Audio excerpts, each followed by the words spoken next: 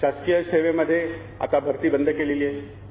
विद्यार्थ्यांच्या समोर जे पदवीधर विद्यार्थी आहेत त्यांच्यासमोर प्रश्न आहे की आम्ही पुढे पोस्ट ग्रॅज्युएशन करायचं का कोणता एखादा कोर्स करायचा का नोकरीत जायचं.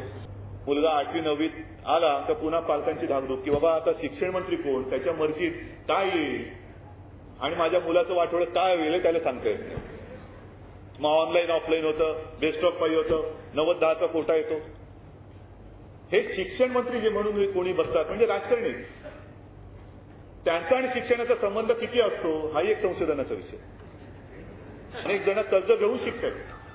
शिकल्यानंतर आधी बेकार होते, शिकून झाल्यानंतर सुशिक्षित बेकार.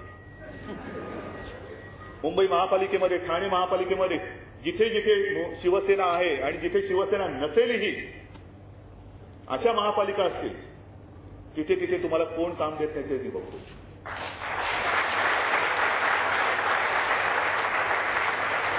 एक म्हणजे आपल्याला लॉजिकल थिंकिंग येतं का हे बघणं आणि त्यानंतर योग्य तो कोर्स करणं. आता तिथे जॉब नाहीये आणि जिथे जॉब आहे तिथे तुम्ही नाहीये.